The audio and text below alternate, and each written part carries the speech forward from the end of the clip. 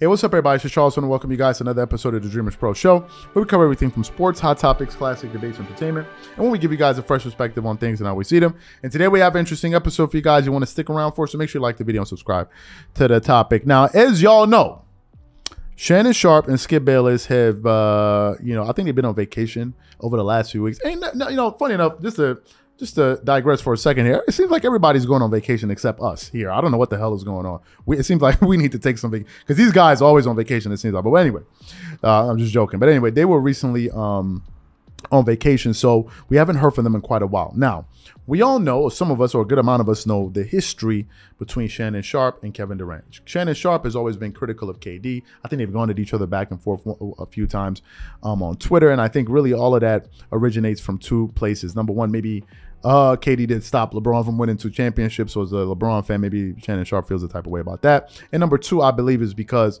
I believe Shannon Sharpe gets on KD because Skip Bayless refuses to get on KD, but always gets on on LeBron James, and makes excuses for KD that he doesn't make for other players like Kawhi Leonard, LeBron James, and other players. So I believe that's the reason why he really goes at him. Now, we all know the latest news surrounding the Brooklyn Nets with Kevin Durant. He recently met with Joe Tsai in London. I heard they had a respectful, cordial conversation, but he basically gave him an ultimatum. He said, "It's either you trade me, or you fire your head coach, and you fire your general manager. Those are the only two options, that I'm going to give you guys." And today, Shannon Sharpe and Skip Bayless finally got an opportunity publicly to respond to that news surrounding Kevin Durant. But before we get into what he said, because boy, oh boy, did he go off. This video is brought to you by our sponsor, Aura, who's also the official sponsor of the T-Wolves. Do you know what the fastest growing crime in America is today? It's identity theft.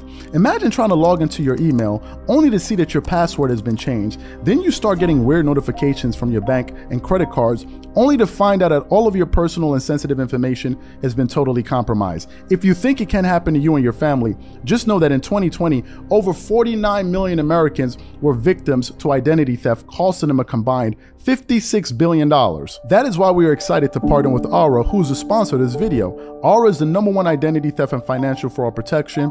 Aura monitors the dark web and alerts you if any of your passwords and accounts have been breached. And funny enough, after using Aura, I discovered some of my credentials were floating around in the dark web, and the app showed me exactly when and where the breach happened. In addition, Aura allows you to set spending alerts, and they'll notify you of any suspicious transactions. Aura is 4 times faster than any of its competitors in alerting you if someone is trying to open a credit card or obtain a loan using your name. And remember this, every 14 seconds, someone becomes a victim of identity fraud.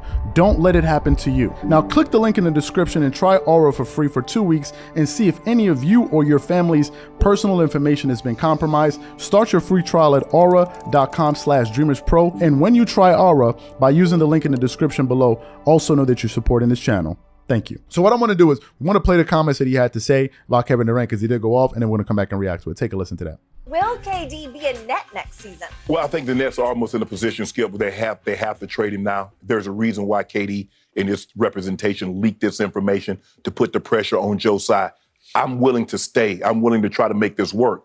But the coach that I signed up on, I need him to go. The general manager that came in and cleaned house, remember Kenny Atkinson, that had this team playing really well, Skip, when KD was rehabbing, when Kyrie was going through what he was going through, had him playing well with Dinwiddie and Karis LeVert and Jared Allen, all those guys that they got rid of because KD they need to make trades.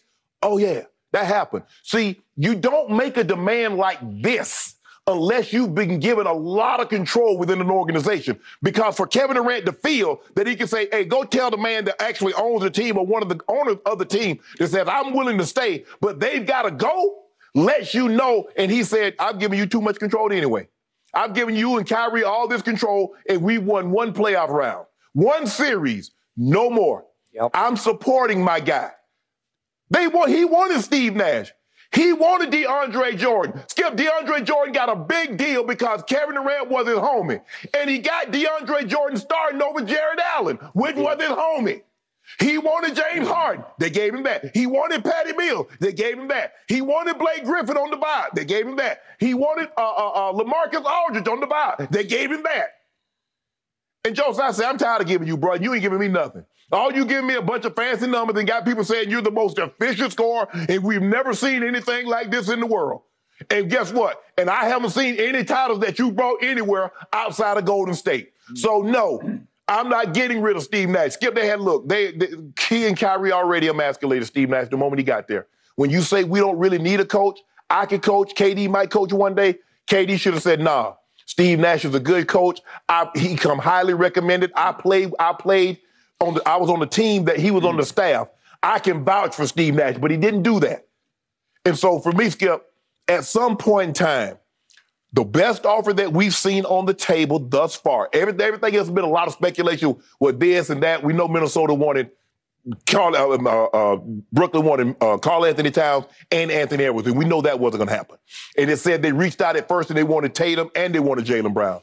But they countered, say, give us Jaylen Brown. I think Marcus Smart probably is going to take a Grant Williams and another first-round draft pick, Skip, or maybe two, in order to get Kevin Durant. I believe Jason Tatum and I believe Robert Williams are going to be off the board for the Celtics, Skip. But I think they're in a position now, Skip. They've got to move him, given he's dug in like this. He's made it almost impossible. You know what? If I'm being honest with you, it's very hard to argue with anything that Shannon Sharpe had to say in that soundbite. It really is. I was the person that was kind of on Kevin Durant's side initially because of the toxic situation that seemed to be the Brooklyn Nets, right? You have Kyrie Irving. Nobody knows what the hell Kyrie Irving is talking about half the time. Half the time, it sounds like some esoteric kind of stuff that I'm sorry, I don't have the energy for on a Monday, Tuesday, Wednesday, or Thursday, right? Nobody has the time to be, getting into some Socrates in the middle of the week. So you got Kyrie Irving saying whatever the hell he's saying. Nobody knows. You have the Brooklyn Nets ownership that just seems to be in total disarray. They don't know what the hell they're doing, right? And then of course, I was supporting. And then of course we had the story about Ben Simmons with Rick Bucher when he, allegedly he jumped out of a group chat and just left them hanging. And KD was like, "These are the guys that I'm playing with." And I said at that point, I said, "Wait a minute. If I'm KD, I would want out of that situation too. I wouldn't want to be a part of such a clown show. So I would want out." But the latest news of him going up to the owner and having a meeting with him and basically telling him is either you trade me or you get rid of or you fire your general manager and your coach. And some said that the reason that KD is upset with Sean Marks is because Sean Marks refused to give Kyrie Irving an extended contract. Well, that's where you lost me. That's where you lost me. You're overstepping your bounds.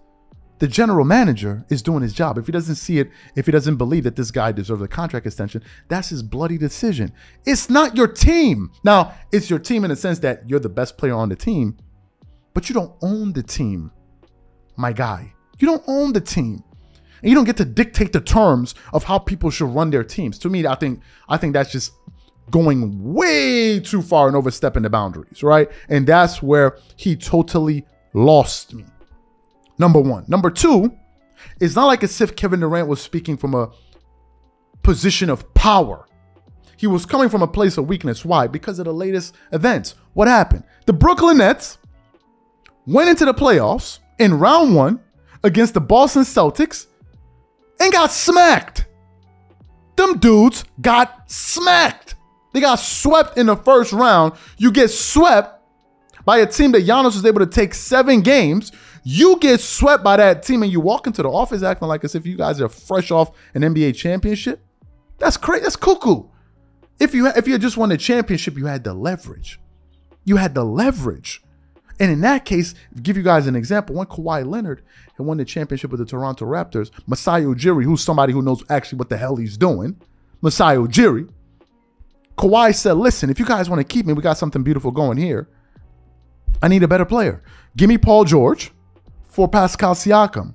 Masai Ujiri, like the man he is, and the team president that he is, he said, "Okay, thank you for your request. I'll think about it.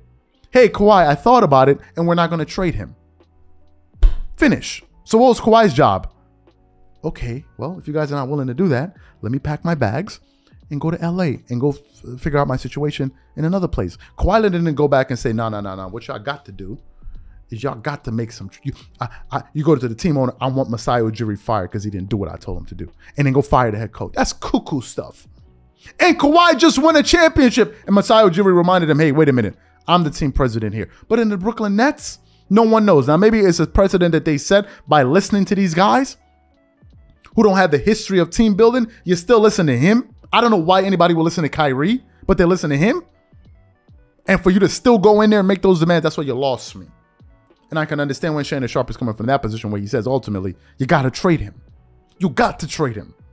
So to me, I concur 100% with what he's saying. Not from a standpoint of an agenda. Oh, let me get at KD because, oh, well, Skip doesn't like LeBron. No. Based on what he's saying, I agree with him. You got to get rid of KD. So these are my thoughts and opinions. And the question is, what do you guys think? Whatever you think, leave your thoughts and comments in the comment section. And we catch y'all on the next episode. Peace.